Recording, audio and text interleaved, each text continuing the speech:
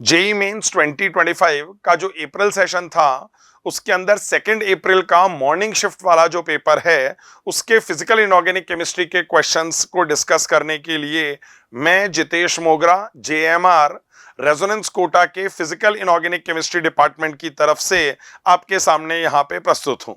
चलिए देखते हैं क्या क्या क्वेश्चंस पूछे गए थे, कैसे उनको सॉल्व किया जा सकता है। ठीक है, देखिए पहला सवाल हमारे सामने जो है उसके अंदर ये 5 स्टेटमेंट्स दिए हुए हैं। यहाँ पे कुछ रिएक्शंस होकर आ रहे हैं और हमको कुछ प्रेसिपिटेट्स के कलर्स मेंशन करके दिए हुए हैं। ठीक है, आपको पता है वैसे ये जो क्वेश्चन है ये कहीं ना कहीं क्वालिटेटिव एनालिसिस कैटायन चैप्टर के ऊपर बेस्ड है। 11th-12th की एनसीईआरटी के अंदर ये चैप्टर नहीं दिया हुआ है, लेकिन जिन लोगों ने थोड़ी अच्छी पढ़ाई करी है उनको आइडिया होगा कि क्लास 11th और 12th में हम जो प्रैक्टिकल्स करते हैं लैब के अंदर जाके, उसके अंदर सॉल्ट एनालिसिस का प्रैक्टिकल होता है जिसमें एक सॉल्ट के अंदर हमको कैटायन और एनायन का आइडेंटिफिकेशन करना होता है। उसके अंदर ऐसे कुछ सब्सटेंसेस इन्वॉल्व होकर आते हैं, तो ये उसी के ऊपर बेस्ड है। ठीक है, देखिए 5 स्टेटमेंट्स हैं और आपको मल्टीपल करेक्ट के रूप में पेयर सेलेक्ट करना है कि कौन कौन से स्टेटमेंट सेलेक्ट होंगे, सही निकल कर आएंगे। इसीलिए हमने यहाँ पे लेवल ऑफ द क्वेश्चन को मॉडरेट रखा हुआ है। चलिए एक एक करके स्टेटमेंट्स देखते हैं एक बार। ठीक है, पहला स्टेटमेंट हमको दिया हुआ है, देखिए कॉपर सल्फेट के अंदर ये K4FeCN6 को मिला रहे हैं। ठीक है, यहां पे हम देखते हैं बड़ा फेमस प्रेसिपिटेट है Cu2FeCN6 बनकर आ जाता है, ब्राउन कलर का ये प्रेसिपिटेट होता है। यही चीज उन्होंने मेंशन करके दी हुई है। इसका मतलब बताइए पहला स्टेटमेंट तो कैसा हो गया, सही निकल कर आ गया। दूसरा स्टेटमेंट देखते हैं, देखिए यहाँ पे Fe3+ आयन है और इसका रिएक्शन ये K4FeCN6 से करवा रहे हैं। हमें पता है इन दोनों के रिएक्शन से एक फेमस कंपाउंड प्रूशियन ब्लू बनकर आ जाता है, which is a dark blue colour का प्रेसिपिटेट। तो ये वाला स्टेटमेंट भी सही होकर आ गया। तीसरा वाला जो रिएक्शन है उसके अंदर उन्होंने ZnCl2 में K4FeCN6 मिलाया है। ये question last year JEE advance ने भी पूछा था, उससे पहले भी एक बार एडवांस पूछ चुका है। तो ये वाली बात हमको समझ में आनी चाहिए कि ऐसा कंपाउंड बन जाता है K2Zn3FeCN6 this is going to be white या ब्लूइश व्हाइट प्रेसिपिटेट। ठीक है, ये तीनों स्टेटमेंट जो है वो उन्होंने सही दिए हुए थे। चलिए क्वेश्चन के अंदर जो बाकी 2 स्टेटमेंट्स है उनको देखते हैं एक बार। ठीक है, बाकी जो 2 स्टेटमेंट्स है देखिए उसमें मैग्नीशियम आयन में ये वाला कंपाउंड मिलाया जा रहा है और बेरियम आयन में ये वाला कंपाउंड मिलाया जा रहा है। ये दोनों ही प्रेसिपिटेट जो है वो बहुत फेमस प्रेसिपिटेट्स नहीं है। ऊपर से आपको पता है मैग्नीशियम आयन जो है वो तो नोबल गैस कॉन्फ़िगरेशन लिए हुए है, तो प्रबल संभावना है कि वो जो प्रेसिपिटेट बनाएगा वो एक कलर्ड प्रेसिपिटेट नहीं होएगा। इसीलिए मोस्ट प्रोबेबली हम देख सकते हैं ये वाला स्टेटमेंट और ये वाला स्टेटमेंट कैसे आएंगे, गलत। उस हिसाब से हम देख सकते हैं ABC स्टेटमेंट सही वाला जो ऑप्शन है दैट इज 4th ऑप्शन निकल कर आ रहा है। So this should be the correct answer. ठीक है, नेक्स्ट क्वेश्चन के ऊपर मूव करते हैं। देखिए अगला सवाल जो हमको दे रखा है ये केमिकल बॉन्डिंग चैप्टर के ऊपर बेस्ड है। देखिए क्या बोला हुआ है उन्होंने, कुछ लिस्ट ऑफ मॉलिक्यूल्स अपने को दिया हुआ है। पहली चीज आपसे पूछ रहे हैं, देखिए हाइब्रिडाइजेशन बतानी है। किसकी हाइब्रिडाइजेशन बतानी है? ऐसा मॉलिक्यूल जिसका नॉन जीरो डायपोल मोमेंट हो और साथ में highest number of lone pair of electrons on the central atom हो। देखिए 2-3 कॉन्सेप्ट्स एक साथ इन्वॉल्व होकर आ रहे हैं। पहली चीज आपको देखना है नॉन जीरो डायपोल मोमेंट, फिर आपको यह भी देखना है कि उसके ऊपर उसके सेंट्रल एटम पे maximum number of lone pair होने चाहिए, और फिर एक एडिशनल बात भी है कि उसकी हाइब्रिडाइजेशन बतानी। ठीक है, चलिए सबसे पहले वो स्पीशीज सेलेक्ट कर लेते हैं यहां पे जिसके अंदर डायपोल मोमेंट कैसा आने वाला है, 0। ठीक है, ओके, मेरे को नॉन जीरो वाले सेलेक्ट करने हैं तो बेटर है नॉन जीरो वालों के ऊपर ही ध्यान देते हैं। देखिए ये डायपोल मोमेंट नॉन जीरो वाला है लेकिन इसमें सल्फर के ऊपर एक लोन पेयर होता है। ये भी डायपोल मोमेंट नॉन जीरो वाला है, यहां नाइट्रोजन के ऊपर एक लोन पेयर होगा। ये भी डायपोल मोमेंट नॉन जीरो वाला है, यहां नाइट्रोजन पे एक लोन पेयर है। ये डायपोल मोमेंट जीरो वाला स्पीशी हो गया, इसलिए इसको हमने ऐसे रिजेक्ट कर दिया। ये डायपोल मोमेंट नॉन जीरो वाला स्पीशी है लेकिन यहां पे क्लोरीन पे 2 लोन पेयर होंगे, और ये भी डायपोल मोमेंट नॉन जीरो वाला स्पीशी है लेकिन यहां पे सल्फर पे एक ही लोन पेयर होएगा। अब देखिए मुझसे ये बोला हुआ है डायपोल मोमेंट नॉन जीरो होना चाहिए और सेंट्रल एटम पे ज्यादा से ज्यादा लोन पेयर होने चाहिए। आपको दिख रहा होगा ऐसा ClF3 के केस में निकल कर आ रहा है। अब यहां पे अपने को सेंट्रल एटम की हाइब्रिडाइजेशन बतानी है। देखिए ये रहा हमारा मॉलिक्यूल ClF3। अगर आप चेक करेंगे तो यहां पे आपको दो लोन पेयर सेंट्रल एटम पे और 3 बॉन्ड पेयर दिख जाएंगे। स्टेरिक नंबर 5 निकल कर आ रहा है, जिसके कॉरस्पॉन्डिंग sp3d हाइब्रिडाइजेशन हो जानी चाहिए। So second option is going to be the correct answer. Chemical bonding के मल्टीपल कॉन्सेप्ट्स इन्वॉल्व हो रहे थे, इसलिए level of the question has been considered as moderate. ठीक है, चलिए नेक्स्ट क्वेश्चन के ऊपर मूव करते हैं। ये सवाल आयनिक इक्विलिब्रियम के ऊपर बेस्ड है। देखिए क्या बोला हुआ है उन्होंने यहां पे, if equal volume of AB2 and XY इनको मिक्स किया गया है और आपसे कह रहे हैं किस कॉम्बिनेशन में AY2 का प्रेसिपिटेट बनकर आ जाएगा। ठीक है, अब देखिए वैसे तो ईमानदारी से अपने को हर ऑप्शन को चेक करना चाहिए और फिर कमेंट करना चाहिए, लेकिन जो थोड़े से चालाक बच्चे होते हैं वो यहां पे क्या करते हैं, ध्यान से सुनिए। जो आपको कॉन्सेप्ट है उसका आइडिया पहले से होना चाहिए कि जब भी आयनिक प्रोडक्ट की वैल्यू या रिएक्शन कोशेंट Q की वैल्यू KSP से ज्यादा हो जाती है तभी प्रेसिपिटेशन होता है। अब देखिए मैंने नाम बोला आयनिक प्रोडक्ट, मतलब आयंस की कंसंट्रेशन के प्रोडक्ट जैसा एक्सप्रेशन आना चाहिए। अब मुझे ये बताइए इन सब कंसंट्रेशंस के डेटा को अगर मैं देखूं तो क्या आपको ये फील होकर आ रहा है कि इस केस में कंसंट्रेशन का जो डेटा है वो बाकी सबके मुकाबले सबसे ज्यादा है। इसका मतलब यहां से पक्का आयनिक प्रोडक्ट या Q की वैल्यू भी क्या आएगी, मैक्सिमम ही निकल कर आएगी। अगर मैक्सिमम निकल कर आएगी तो बताइए इसी केस में चांसेस हैं कि Q K को क्रॉस कर जाएगा, Q KSP से ज्यादा हो जाएगा और प्रेसिपिटेशन होने लग जाएगा। अगर ऐसा है तो हमको यहां पे ये वाला ऑप्शन चेक कर लेना चाहिए, इसी के कॉरस्पॉन्डिंग हम कमेंट करेंगे। ठीक है, ionic equilibrium is the chapter, intelligently solve करें तो सीधा यही आंसर बोला जा सकता है।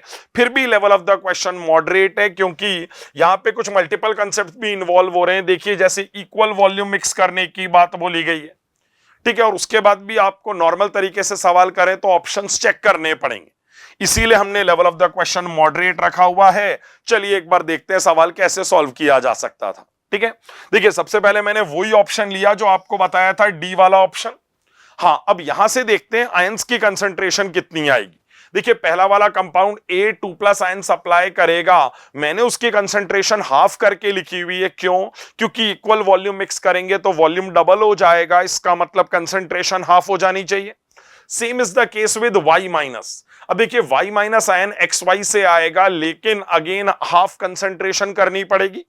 क्यों? वही बात, इसका मतलब हम बोल सकते हैं कि Y- की कंसंट्रेशन ये हो जाएगी। अब देखिए मैंने रिएक्शन कोशेंट Q का जो एक्सप्रेशन है, you know that has the same expression as that of equilibrium constant. तो बताइए जो इक्विलिब्रियम कांस्टेंट KSP का एक्सप्रेशन होता है, मैंने वही एक्सप्रेशन Q का लिख दिया है। कुछ लोग इसको आयनिक प्रोडक्ट IP के नाम से भी बुलाते हैं, ज्यादा फर्क नहीं पड़ेगा। बस आप तो इस बात के ऊपर ध्यान दीजिए कि जो Q की वैल्यू आ रही है वो KSP से ज्यादा निकल कर आ रही है। अगर Q या आयनिक प्रोडक्ट की वैल्यू KSP से ज्यादा आ जाती है तो हमें पता है प्रेसिपिटेशन होकर आ जाता है। और अगर प्रेसिपिटेशन हो जाएगा तो बताइए कौन से ऑप्शन में प्रेसिपिटेशन हो रहा है, फोर्थ ऑप्शन के अंदर यहां पे प्रेसिपिटेशन होकर आ रहा है। देखिए सवाल तो सिंगल करेक्ट है। अब अगर आप थोड़ा सा दिमाग लगाएं तो आपको ये समझ में आ रहा होगा, जैसा कि मैंने आपसे कहा कि यहां कंसंट्रेशन सबसे ज्यादा है तो प्रेसिपिटेशन के चांसेस भी यहां पे क्या होंगे, सबसे ज्यादा ही निकल कर आएंगे। मान लीजिए ऊपर के तीनों में से किसी केस में भी प्रेसिपिटेशन हो जाए, फिर तो ये सवाल मल्टीपल करेक्ट हो जाएगा ना, बिकॉज अगर मान लीजिए पहले केस में प्रेसिपिटेशन हो गया तो चौथे में तो होगा ही होगा, क्योंकि चौथे की कंसंट्रेशन तो और ज्यादा है। इसका मतलब आप यहां पे थोड़ा सा दिमाग लगा के सीधा फोर्थ ऑप्शन को टिक कर सकते थे, आपको चेक करने की भी जरूरत नहीं थी। थोड़ा सा दिमाग लगा के सोचे जरूर इस सवाल के बारे में। ठीक है, चलिए नेक्स्ट क्वेश्चन के ऊपर हम मूव करने वाले हैं। देखिए ये जो सवाल है हमारे पास में सॉल्यूशंस एंड कॉलिगेटिव प्रॉपर्टीज का Raoult's law for a mixture of two miscible liquids के ऊपर बेस्ड क्वेश्चन है। चलिए देखते हैं क्या क्या बात बोली हुई है। देखिए इन्होंने हमसे बोला हुआ है a solution is made up of by mixing 1 mole of volatile liquid A and 3 moles of volatile liquid B। फिर हमसे ये बोला जा रहा है कि vapour pressure of pure A that is PA0 आपको वैल्यू 200 दी हुई है। देन दे आर सेइंग कि सॉल्यूशन का जो वेपर प्रेशर है वो इतना निकल कर आ रहा है। पूछ क्या रहे हैं हमसे पूछ रहे हैं vapour pressure of pure B क्या आएगा, दैट इज PB0।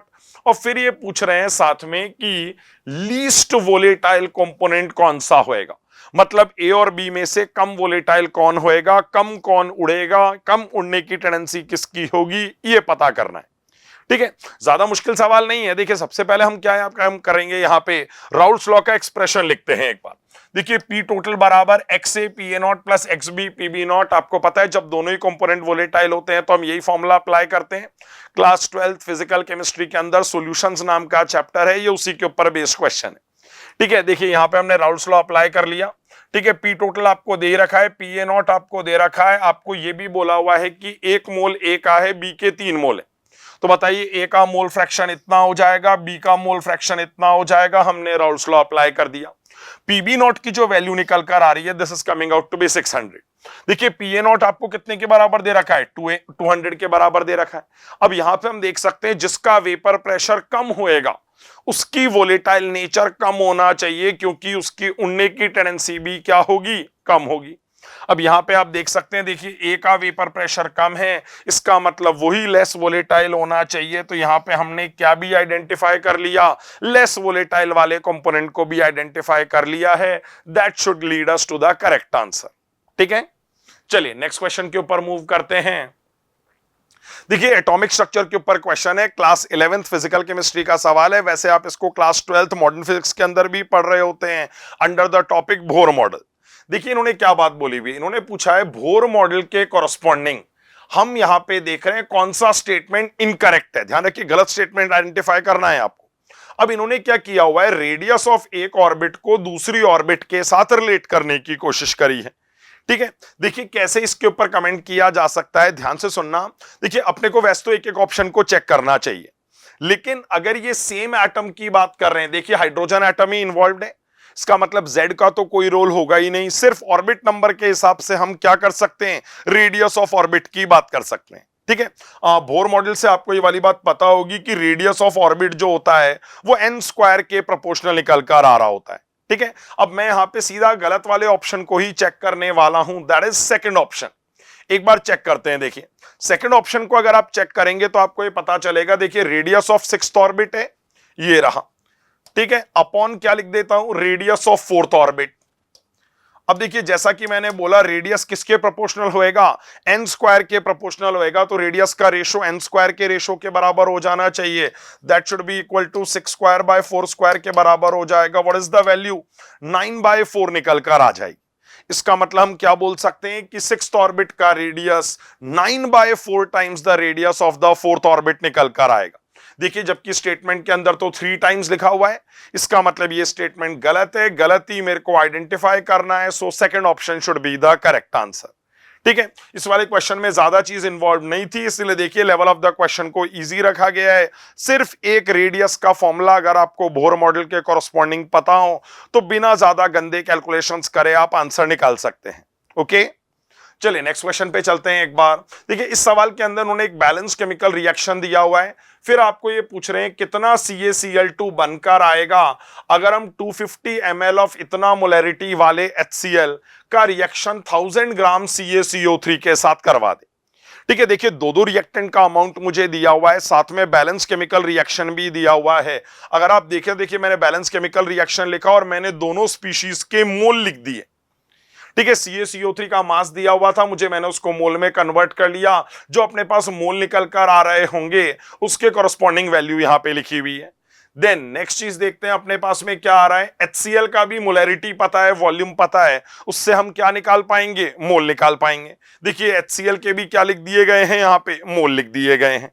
ठीक है, ओके, यहां पे जो अपने पास 1000 ग्राम CaCO3 लिखा हुआ है उसके कॉरस्पॉन्डिंग मैं ये वाली बात बोलना चाहता हूं कि जब हम CaCO3 के मोल निकालेंगे तो वो 10 मोल्स निकल कर आएंगे। ठीक है, मोल आ गए दोनों के। अब बताइए, चेक कर लेना चाहिए लिमिटिंग रिएजेंट कौन है।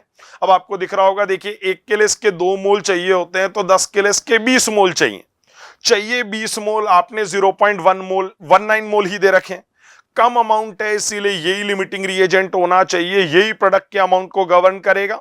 फिर हम देख सकते हैं इसके 2 मोल से इसका 1 मोल बनता है, तो इसके 0.19 मोल से इसके इतने मोल बनकर आ जाएंगे। और मोल से हम लोग क्या कर सकते हैं, आगे इसका मास निकाल सकते हैं। देखिए मोल हमारे पास बनकर आ गए, मॉलिक्यूलर मास जो होता है इसका दैट इज 111, मल्टीप्लाई करेंगे तो 10.545 ग्राम के बराबर प्रोडक्ट बनकर आ जाएगा। आप देख सकते हैं यहां पे जो फर्स्ट ऑप्शन है वही हमारा आंसर हो जाना चाहिए। लिमिटिंग रिएजेंट के ऊपर बेस्ड क्वेश्चन है, वैसे आसान क्वेश्चन ही है लेकिन लेवल हमने इसलिए मॉडरेट रखा हुआ है बिकॉज कई बार बच्चा डेसिमल के बाद इतने डिजिट तक की कैलकुलेशन देख के घबरा जाता है कि यार टाइम बहुत कंज्यूम होकर आएगा या समथिंग लाइक दैट। ठीक है, हाँ अच्छी बात ये बैलेंस रिएक्शन उन्होंने खुद नहीं दे रखी थी, उसके थ्रू चीजों को इजीली हैंडल कर सकते हैं। ठीक है, क्लास 11th मोल कंसेप्ट जो चैप्टर है उसके ऊपर बेस्ड ये वाला क्वेश्चन है। ऐसी कुछ बातचीत वैसे हम सॉल्यूशन चैप्टर में भी करते हैं पर यहां रिएक्शन इन्वॉल्वड है, इसीलिए better to have the chapter as mole concept class 11th physical chemistry. ठीक है, चलिए नेक्स्ट क्वेश्चन के ऊपर चलते हैं। देखिए इस सवाल के अंदर भी, ये भी सवाल मोल कंसेप्ट के ऊपर ही है। उन्होंने क्या बोला हुआ है, उन्होंने बोला हुआ है 1 gram of an organic compound का आप क्या करवा दें, कंप्लीट कंबस्शन करवा दें। आपको पता है इन जनरल ऑर्गेनिक कंपाउंड में कार्बन, हाइड्रोजन या कभी कभार ऑक्सीजन भी होती है एंड हम जानते हैं उसके कंबस्टन से जो प्रोडक्ट्स बनते हैं that is CO2 and H2O। वही चीज यहां पे बोली हुई है, देखिए इतना CO2 बनकर आ रहा है, इतना H2O बनकर आ रहा है। हमसे पूछा क्या जा रहा है, हमसे ये पूछा जा रहा है empirical formula mass of the compound क्या होगा। आपको इंडिविजुअल एलिमेंट्स के एटॉमिक मासेस भी दिए हुए। ठीक है, देखिए कैसे सॉल्व किया जा सकता है। पहले हमको यहां पे कंपाउंड का इंपेरिकल फॉर्मूला निकालना पड़ेगा। अब इंपेरिकल फॉर्मूला कैसे निकाल सकते हैं, चलिए एक बार इसका सॉल्यूशन देखते हैं। देखिए हमको CO2 का मास दे रखा है, मैंने उससे CO2 के मोल निकाल लिए। कैलकुलेशंस बहुत अच्छे नहीं है लेकिन कुछ नहीं कर सकते। ठीक है, जो भी CO2 के मोल होंगे आपको समझ में आना चाहिए उसमें एक ही कार्बन है तो यही कार्बन के मोल हो गए। ऐसे ही मेरे को वाटर का मास दिया हुआ था, देखिए मैंने वाटर के मोल निकाल लिए। वाटर के मोलों को डबल करूंगा तो हाइड्रोजन के मोल आ जाएंगे बिकॉज आपको पता है वाटर में 2 हाइड्रोजन है। ये देखिए हाइड्रोजन के मोल निकल कर आ गए। अब बताइए अगर मैं क्या करूं, टोटल सब्सटेंस के मास में से, देखिए ये रहा मेरे टोटल सब्सटेंस का इनिशियल मास 1 ग्राम आपको ऑर्गेनिक कंपाउंड का दिया हुआ था। अब बताइए 1 ग्राम ऑर्गेनिक कंपाउंड के मास में से अगर मैं कार्बन का मास माइनस कर दूं, देखिए कार्बन के मोल तो पता ही है, ये कार्बन का मास मैंने माइनस कर दिया। ये किसका मास माइनस कर दिया, हाइड्रोजन का मास माइनस कर दिया। बताइए 1 ग्राम में से अगर कार्बन हाइड्रोजन का मास माइनस कर दूंगा तो क्या बचा हुआ मास ऑक्सीजन का ही आएगा। देखिए मुझे नहीं पता था ये कंपाउंड के अंदर ऑक्सीजन है, लेकिन जब हम चेक कर रहे हैं यहां पे तो हमको पता चल रहा है कि there is some mass of oxygen. और अगर ऑक्सीजन भी अवेलेबल है तो देखिए मैंने ऑक्सीजन का मास इस तरीके से निकाल लिया, 16 से डिवाइड करूंगा तो उसके क्या आ जाएंगे, मोल्स आ जाएंगे। ये देखिए ऑक्सीजन के क्या निकल कर आ गए, मोल निकल कर आ गए। अब बताइए जब मेरे पास कार्बन के मोल, हाइड्रोजन के मोल और ऑक्सीजन के मोल निकल कर आ गए हैं तो यहीं से हमें रेशो लेके इसका इंपेरिकल फॉर्मूला निकाल देना चाहिए। डेटा में अगर हम अप्रोक्सीमेशन अप्लाई कर लें, we get this as the ratio, तो उससे देखिए इंपेरिकल फॉर्मूला ये निकल कर आ जाएगा। ठीक है, अगर इंपेरिकल फॉर्मूला ऑब्टेन हो गया है तो क्या कर देना चाहिए, आगे हमें इंपेरिकल फॉर्मूला को ऐड करके इंपेरिकल मास निकाल लेना चाहिए। कार्बन का 12, 2 हाइड्रोजन है तो 2, ऑक्सीजन है तो 16, कुल मिला के कितना आ रहा है, 30 के बराबर वैल्यू आ रही है। आप यहां पे देख भी सकते हैं फर्स्ट ऑप्शन जो है वो आपको 30 दिया हुआ है, वही आंसर प्रोवाइड कर देगा। लेवल ऑफ द क्वेश्चन हमने मॉडरेट इसलिए रखा हुआ है बिकॉज आपको दिख रहा होगा एक तो कैलकुलेशंस बहुत आसान नहीं है और दूसरी बात ये कि उन्होंने खुद ने नहीं बताया कि ऑर्गेनिक कंपाउंड में ऑक्सीजन भी है। कई बच्चे यहां पे ऑर्गेनिक कंपाउंड में सिर्फ कार्बन हाइड्रोजन मान के आंसर निकाल के आ जाते हैं, पर थोड़ा सा दिमाग लगाएंगे तो आपको ये समझ में आएगा कि ऑर्गेनिक कंपाउंड में क्या भी प्रेजेंट है, ऑक्सीजन भी प्रेजेंट है। व्हाई, बिकॉज कार्बन हाइड्रोजन का मास मिलके ओरिजिनल ऑर्गेनिक कंपाउंड के मास के बराबर नहीं आ रहा है। इसका मतलब ऑर्गेनिक कंपाउंड में थोड़ी क्या भी थी, ऑक्सीजन भी अवेलेबल थी। इस बात को ध्यान में रखना पड़ेगा। ठीक है, चलिए नेक्स्ट क्वेश्चन के ऊपर मूव करते हैं। अगला सवाल जो हमको दे रखा है that is periodic table chapter के ऊपर बेस्ड है। आपको 4 प्रॉपर्टीज दी हुई हैं, अगेन मल्टीपल करेक्ट की फॉर्म में ही आपको इसको आंसर करना है। आपसे ये पूछा गया है, देखिए the properties that show irregularity in the first 4 elements. ठीक है, अब यहां पे हमारे लिए काम करना थोड़ा सा आसान हो जाता है। व्हाई, बिकॉज आप देखिए एक प्रॉपर्टी दी हुई है आपको इलेक्ट्रॉन एफिनिटी। जो भी अच्छे लोग हैं उनको पता होगा इलेक्ट्रॉन एफिनिटी में हेलोजेंस में एक्सेप्शन निकल कर आ रहा होता है, इसीलिए हम ऐसा देख सकते हैं कि हेलोजेंस के केस में पर्टिकुलरली यहां इर्रेगुलरिटी मिलेगी। और देखिए बी ओनली का ऑप्शन भी अपने को दिया हुआ है तो सीधा यही ऑप्शन अपना आंसर होकर आ जाना चाहिए। ठीक है, प्रॉपर्टीज बहुत सारी दी हुई हैं, कई बच्चे चेक करते रहते हैं, इसीलिए हमने लेवल ऑफ द क्वेश्चन को मॉडरेट कैटेगरी के अंदर रखा है। अदरवाइज अगर मैं इलेक्ट्रॉन एफिनिटी के बात करूं for group 17 elements that is halogen family, तो देखिए कैसा ऑर्डर निकल कर आ रहा होता है। आपको पता है क्लोरीन फ्लोरीन के अंदर एक्सेप्शन होता है for the case of electron affinity, अगर हम बात करें तो उसी लॉजिक के हिसाब से हम बोल सकते हैं क्लोरीन ज्यादा as compared to fluorine, and irregularity is observed here. और ऐसी इररेगुलरिटी सिर्फ कहां देखने को मिल रही है, बी में ही देखने को मिल रही है। देखिए कोवेलेंट रेडियस ऊपर से नीचे आने पे बढ़ता है, आयनिक रेडियस ऊपर से नीचे आने पे बढ़ता है क्योंकि शेलों की संख्या बढ़ती जा रही होती है। नेक्स्ट ये बोल रहे हैं आयोनाइजेशन एनर्जी की बात करो, ऊपर से नीचे आने पे आयोनाइजेशन एनर्जी कम हो रही होती है क्योंकि शेल बढ़ते जा रहे हैं, इसलिए इलेक्ट्रॉन को रिमूव करना इजी होता जाएगा।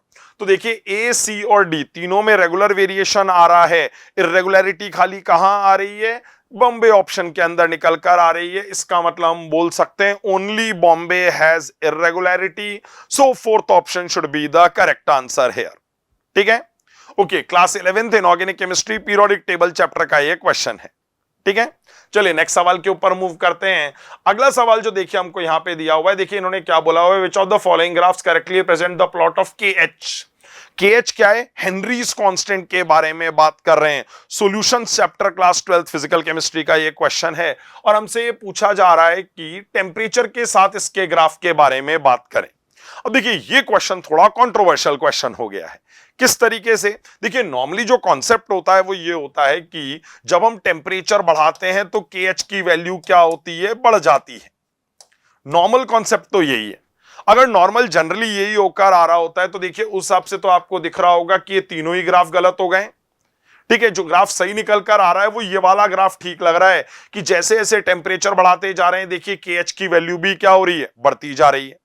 लेकिन आगे हम एक बात ये भी देख रहे होते हैं इसी के साथ में कि जिस गैस का KH ज्यादा होता है उस गैस की सोल्युबिलिटी कम होती है, उसके कारण देखिए ये वाला ग्राफ भी गलत होकर आ जाएगा। व्हाई?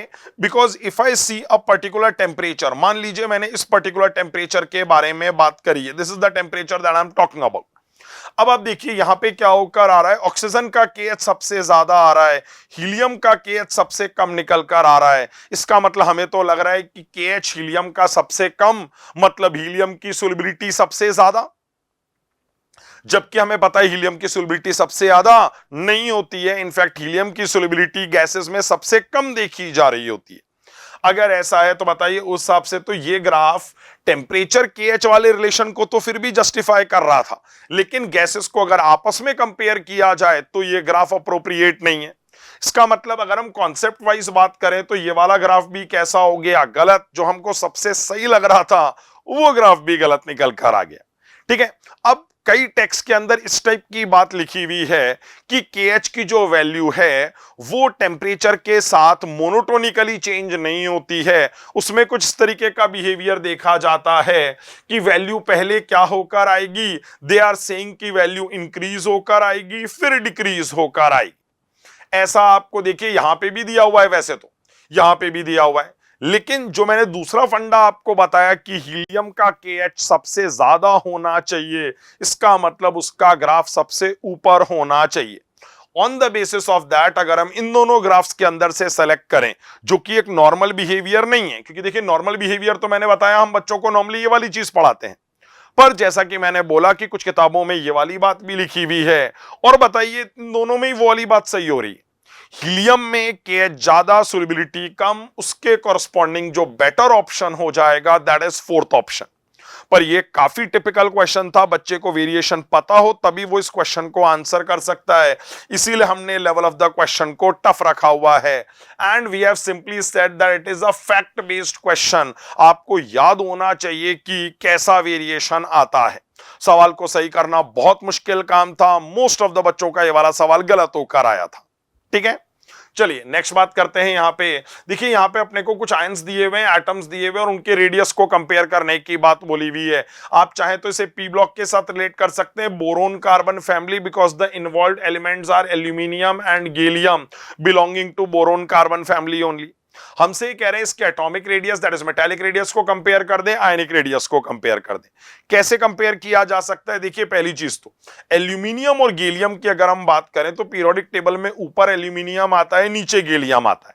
एक्सपेक्ट तो हम ये करते हैं गैलियम के अंदर शेल ज्यादा तो साइज ज्यादा, लेकिन आपको पता है गैलियम से पहले अपने पास में 3D सीरीज भरी हुई होती है और 3D की पुअर शील्डिंग के कारण हम देखते हैं गैलियम की साइज में कॉन्ट्रैक्शन आ जाता है और गैलियम छोटा हो जाता है एज कंपेयर टू क्या, एल्यूमिनियम। वही डी ऑर्बिटल की पुअर शील्डिंग के हिसाब से देखिए, मैंने बोला गैलियम छोटा हो जाता है तो हम देखेंगे एल्यूमिनियम का मेटालिक रेडियस ज्यादा आएगा एज कंपेयर टू गैलियम। देखिए इन्होंने बोला है एल्यूमिनियम का मेटालिक रेडियस कम आएगा, तो ये गलत बोल रहे हैं। तो देखिए पहला स्टेटमेंट क्या हो गया, गलत होकर आ गया।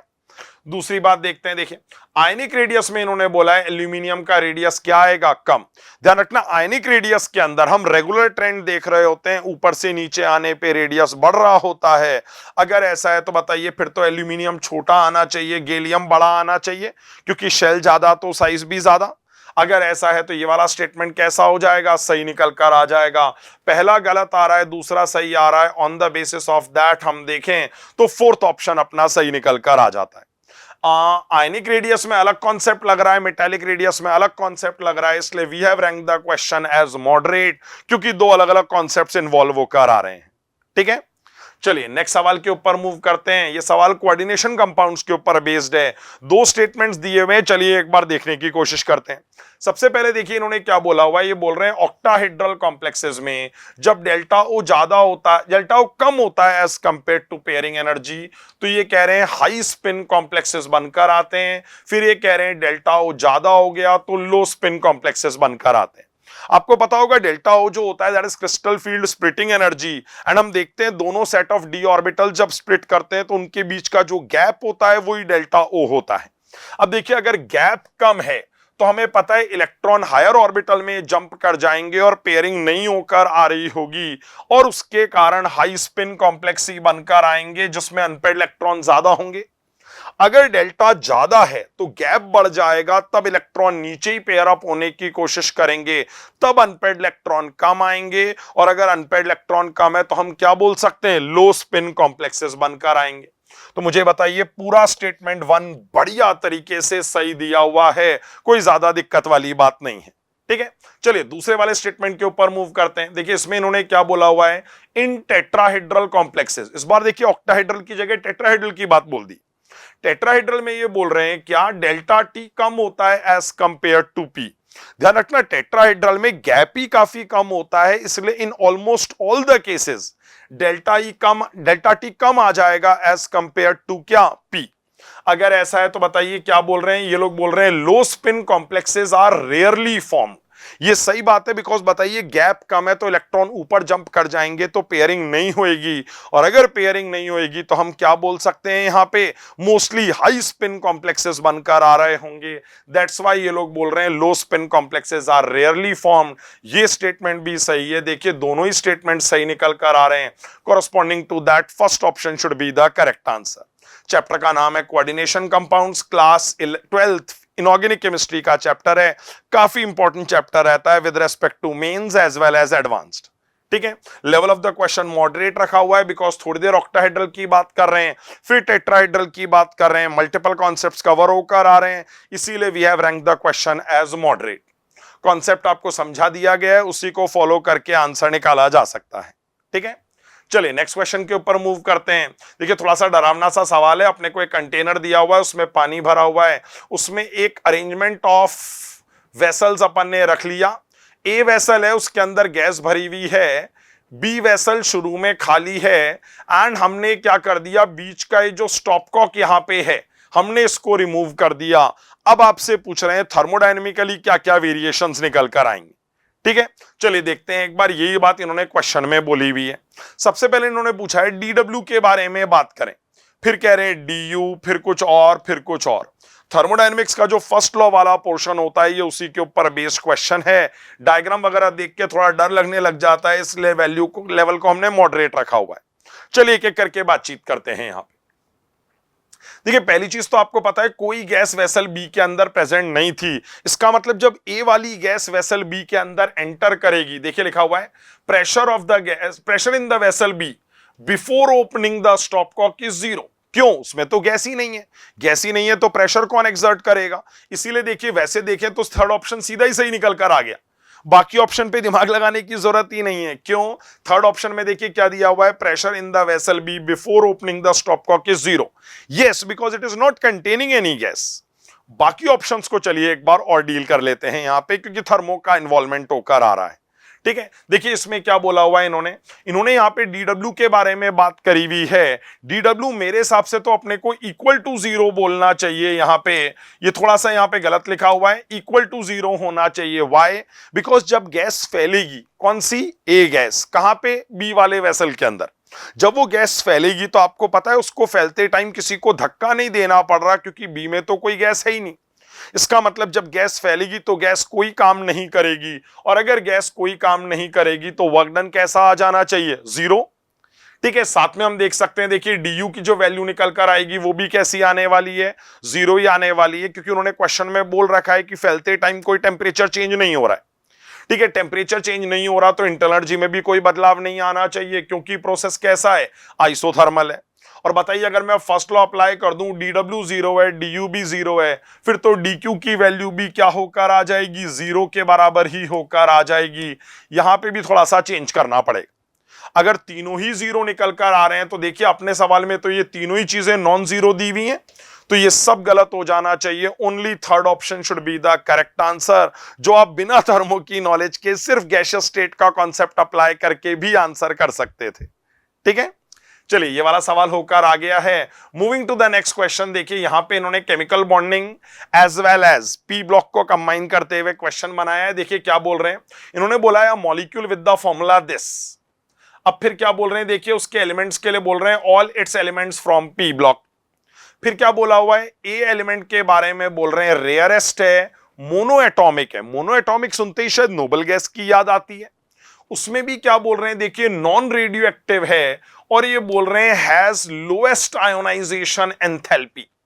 शायद आपको समझ में आ रहा होगा, नोबल गैसेस के अंदर नॉन रेडियो एक्टिव बंदा होना चाहिए, मतलब हम यहां पे रेडॉन को तो कंसिडर नहीं करेंगे, और यहां पे हमसे बोला हुआ है लोएस्ट आयोनाइजेशन एंथैल्पी। इसका मतलब इस हिसाब से जो एलिमेंट हो जाना चाहिए दैट शुड बी जेनॉन।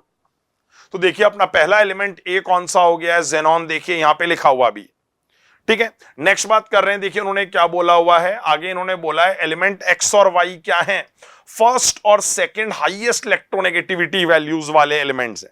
अब आपको पता है हाईएस्ट इलेक्ट्रोनेगेटिविटी जो होती है वो तो फ्लोरीन के लिए होती है, और सेकंड हाईएस्ट इलेक्ट्रोनेगेटिविटी ऑक्सीजन के लिए होती है। इन्हीं दोनों से आपको कंपाउंड बनाना है। तो देखिए एक्स आ गया मेरा फ्लोरीन, वाई आ गया ऑक्सीजन। इससे आपका कंपाउंड का फॉर्मूला आ जाएगा XgOF4। अगर आप इसका स्ट्रक्चर ड्रॉ करते हैं तो ऐसा स्ट्रक्चर बनकर आ जाता है। जेनॉन की जो हाइब्रिडाइजेशन आएगी दैट इज sp3d2, उसके corresponding what is the shape that we are getting? Square pyramidal shape obtain होकर आ रही है। उसके corresponding second option should be the correct answer.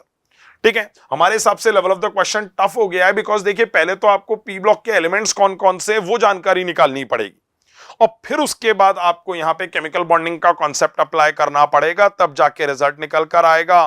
P block के भी 3-3 एलिमेंट सोचने पड़ेंगे, तब जाके आप फाइनल कंक्लूजन तक पहुंच सकते हैं। So the level of the question according to us is going to be क्या? टफ। ठीक है, चलिए अगले सवाल के ऊपर मूव करते हैं। देखिए इस सवाल के अंदर इलेक्ट्रोकेमिस्ट्री चैप्टर का सवाल है, थोड़ा सा भयानक सा दिखने वाला सवाल है। देखिए यहां इन्होंने क्या किया हुआ है, हमको एक गैल्वेनिक सेल दिया हुआ है। इस गैल्वेनिक सेल का हमको ई सेल की वैल्यू भी दी हुई है। ये वाली इलेक्ट्रोड हमको समझ में नहीं आ रही होती है कौन सी वाली इलेक्ट्रोड है, लेकिन ठीक है अब जो भी है इन्होंने नाम दिया है कि ये कौन सी है, क्विन हाइड्रोन टाइप की इलेक्ट्रोड है। हो सकता है कुछ बच्चों ने इसको पढ़ा हुआ, हो सकता है कुछ बच्चों ने न भी पढ़ा हुआ हो। ठीक है, दिमाग लगाते हैं चलिए इसके ऊपर।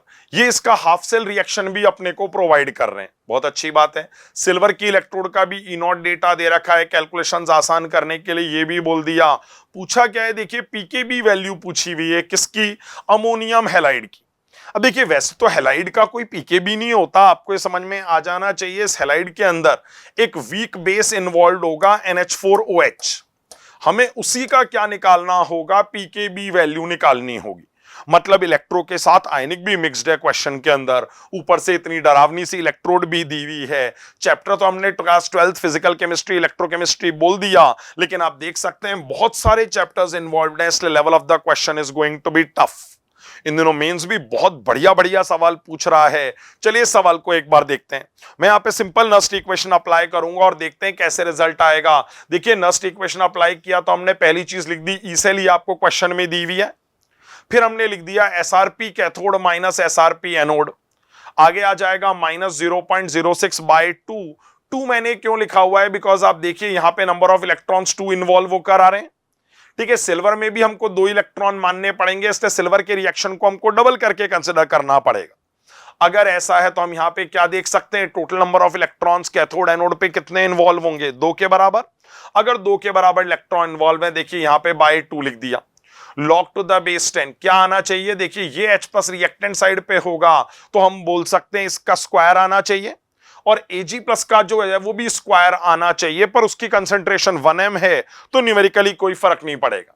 देखिए ये रहा Ag प्लस, ये रहा H प्लस, अगर हम इसकी कंसंट्रेशन को 1m के बराबर पुट कर देते हैं जो दी हुई है, तो यहां से हमारे पास क्या आ जाएगी, H प्लस की कंसंट्रेशन आ जाएगी। ये देखिए ये निकल कर आ गया। अब खास बात ये कि हमको जो दिया हुआ है that is a salt of weak base and strong acid. Weak base strong acid के सॉल्ट के लिए ये वाला कॉन्सेप्ट होता है कि जो H प्लस कंसंट्रेशन होती है that is actually given by C into KW by KB। हो सकता है अगर आप अपने क्लास नोट चेक करेंगे या आपने अगर अच्छी पढ़ाई कर रखी है तो आपको ये याद होगा कि वीक एसिड स्ट्रॉन्ग बेस का सॉल्ट अगर है, ध्यान रखिए मैं क्या लिख रहा हूं, H प्लस कंसंट्रेशन किस में, सॉल्ट में। कैसा सॉल्ट होना चाहिए, वीक बेस स्ट्रॉन्ग एसिड का सॉल्ट होना चाहिए, वहां H प्लस कंसंट्रेशन यही लिखी जाती है। देखिए वही H प्लस कंसंट्रेशन को मैंने क्या लिख दिया, C is the concentration of the salt into KW by KB लिख दिया। यहां से KB की वैल्यू 10⁻⁻6 आ रही है, सॉल्व कर देंगे तो जो PKB की वैल्यू है वो 6 के बराबर आ जाएगी। ठीक है, कुछ बच्चों ने यहां पे सवाल के अंदर ये वाला फॉर्मूला डायरेक्टली अप्लाई कर दिया था, दैट इज पीएच बराबर half of PKW minus PKB minus log C। आप चाहें तो ये वाला फॉर्मूला भी अप्लाई कर सकते हैं, ये फॉर्मूला भी इसी सॉल्ट के लिए अप्लाई होता है। देखिए अगर H प्लस कंसंट्रेशन इतनी आ गई है तो क्या आपको लगता है पीएच को 5 के बराबर पुट किया जा सकता है। ठीक है, बाकी सारी वैल्यूज, ये 14 हो जाएगा, ये वैल्यू आपको निकालने के लिए बोला हुआ है, और ये जो वैल्यू आपके पास आएगी ये -2 के बराबर निकल कर आ जाएगी as per the given concentration. आप चाहें तो यहां से सॉल्व करके भी निकाल सकते हैं, यहां से भी रिजल्ट निकाल सकते हैं, दोनों ही तरीके से आंसर आ जाएगा। कैलकुलेशन ज्यादा मुश्किल नहीं है, लेकिन कई बार बच्चे डर जाते हैं इस टाइप के क्वेश्चन से, इसीलिए level of the question has been ranked as tough. ठीक है, दोनों चैप्टर मिक्स्ड हैं, ionic equilibrium as well as electrochemistry. ठीक है, चलिए नेक्स्ट क्वेश्चन के ऊपर मूव करते हैं। देखिए क्वेश्चन जो है केमिकल काइनेटिक्स के ऊपर बेस्ड क्वेश्चन है। आपको टी हाफ वर्सेस कंसंट्रेशन का ग्राफ दिया हुआ है, और देखिए स्ट्रेट लाइन ग्राफ आ रहा है। वैसे आप में से कई लोगों को पता होगा स्ट्रेट लाइन ग्राफ ये इंडिकेट कर रहा है कि रिएक्शन कौन से ऑर्डर का है, 0 ऑर्डर का है। अब देखिए 0 ऑर्डर के अंदर टी हाफ जो होता है that is actually given by the relation, इसका जो रिलेशन होता है that is C0 bye 2K। तो बेसिकली 1/2K लिख दिया और मैंने क्या लिख दिया, C0।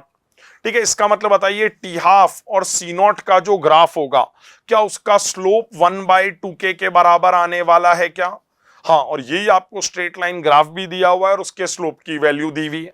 इसका मतलब याद रखिए जो 1/2K है यही इस स्लोप के बराबर आ जाएगा। ठीक है, फिर इन्होंने क्या पूछा है कि अगर इनिशियल कंसंट्रेशन इतनी है तो 10 मिनट बाद कंसंट्रेशन को ऐसे एक्सप्रेस कर दें।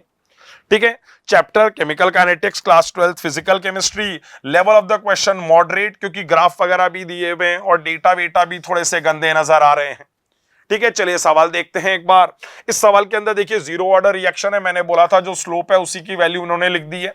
सॉल्व करेंगे K आ जाएगा, उसके बाद देखिए मैंने 0 ऑर्डर का इंटीग्रेटेड लॉ का एक्सप्रेशन रख दिया है। कंसंट्रेशन इनिशियली इतनी थी, K आप निकाल चुके हैं, T से मल्टीप्लाई कर दें, जो फाइनल कंसंट्रेशन है वो इतने के फॉर्म में एक्सप्रेस होकर आ जाएगी। So the answer is going to be numerical type 2435, that is the correct answer.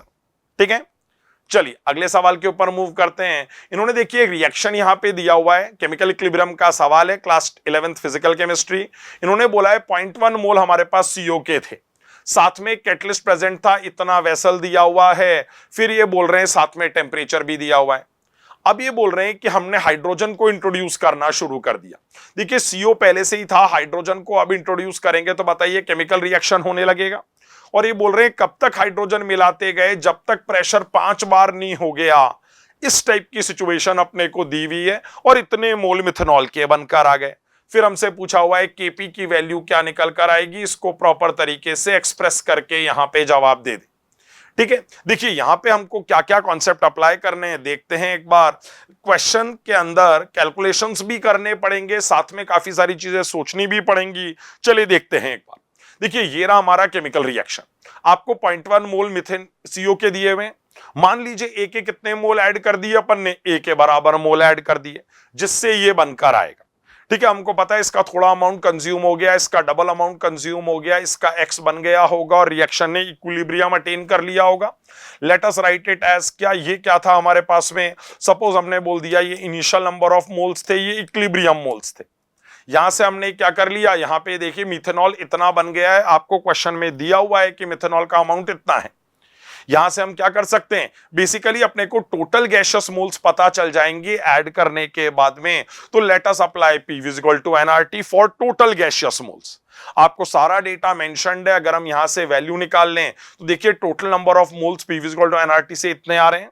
सबके मोलों को अगर जोड़ के इतने के बराबर कर देंगे, देखिए ये रे पहले के मोल, ये रे दूसरे के मोल, ये रे तीसरे के मोल, जोड़ के टोटल मोल्स के बराबर कर दें तो हमारे पास में A-2x की एक वैल्यू निकल कर आ जाती। ऊपर से देखिए अपने को x की वैल्यू तो ऑलरेडी पता है, इसका मतलब a की वैल्यू भी निकल कर आ जाएगी। अब बताइए अगर मेरे को सबके मोल पता चल गए तो सबसे पहले मैं Kc निकाल लूं क्या? Kc निकालने के लिए आपको सबके मोलों को वॉल्यूम से डिवाइड करना पड़ेगा और Kc का एक्सप्रेशन लिखना पड़ेगा। When you solve you get this as the correct answer. No problem ये है कि एग्जामिनर ने Kc नहीं Kp निकालने के लिए बोला हुआ है। अब अगर बताइए मुझे Kp निकालना है तो मुझे क्या करना पड़ेगा, Kp बराबर Kc इंटू आर टी की पावर डेल्टा एन गैसियस वाला रिलेशन यूज करना पड़ेगा। जब ये रिलेशन यूज करते हैं तो थोड़े से गंदे कैलकुलेशंस के बाद you get this as the correct answer. या थोड़ा सा टाइपिंग मिस्टेक है, इट शुड बी 10 की पावर -3। यही मेंस ने बोला भी था, तो हमको आंसर जो मिल रहा है वो क्या मिल रहा है, 74 के बराबर न्यूमेरिकल वैल्यू मिल जाएगी। This is going to be the answer. ठीक है, चलिए नेक्स्ट क्वेश्चन के ऊपर आ रहे हैं। देखिए class 12th inorganic chemistry D block और कोऑर्डिनेशन कंपाउंड्स के ऊपर मिक्स क्वेश्चन है। हमने इसको डी ब्लॉक में रखा हुआ है क्योंकि डी ब्लॉक लेट पढ़ाते हैं हम लोग। Level of the question has been again tough. देखते हैं क्यों। देखिए सबसे पहले उन्होंने बोला है कि जिस मेटल के लिए M3+/M2+ का इलेक्ट्रोड पोटेंशियल का डेटा हाईएस्ट हो। अब देखिए ये आपको एज अ फैक्ट पता होना चाहिए कि जो डेटा हाईएस्ट होता है ये कोबाल्ट के लिए होता है। वैसे ही वाली बात जेईई मेंस 2 बार पहले पूछ भी चुका है। ठीक है, डायरेक्टली क्वेश्चन ये नहीं था, हाँ, लेकिन इसी से रिलेटेड बातचीत थी। ओके, तो what I am saying is cobalt के लिए ये मैक्सिमम होता है। अब उन्होंने कहा जिस मेटल के लिए मैक्सिमम होता है उसका आप ऐसा साइनाइड कॉम्प्लेक्स बनाओ। देखिए ये रहा उसका साइनाइड कॉम्प्लेक्स। यहां अगर आप देखेंगे तो कोबाल्ट +2 में हो जाएगा, साथ में साइनाइड लिगेंड है which is strong field ligand, pairing होते हुए इलेक्ट्रॉन भरेंगे तो इस तरीके की इलेक्ट्रॉनिक कॉन्फ़िगरेशन आ जाएगी। उन्होंने आपसे पूछा है कि Eg वाले ऑर्बिटल में कितने इलेक्ट्रॉन मिलेंगे। अगर आप इलेक्ट्रॉनिक कॉन्फ़िगरेशन देखेंगे तो आपको दिख रहा होगा Eg वाले ऑर्बिटल में आपको एक ही इलेक्ट्रॉन मिलने वाला है। सो the answer should be numerical type 1। आपने देखा लेवल ऑफ द क्वेश्चंस काफी इंक्रीज होता जा रहा है जेईई मेंस के अंदर भी, तो आपको सिंसियरली पढ़ाई करने की जरूरत है, तभी you can be comfortable only with respect to JEE Mains at least. ठीक है, that is it from my side. Thank you.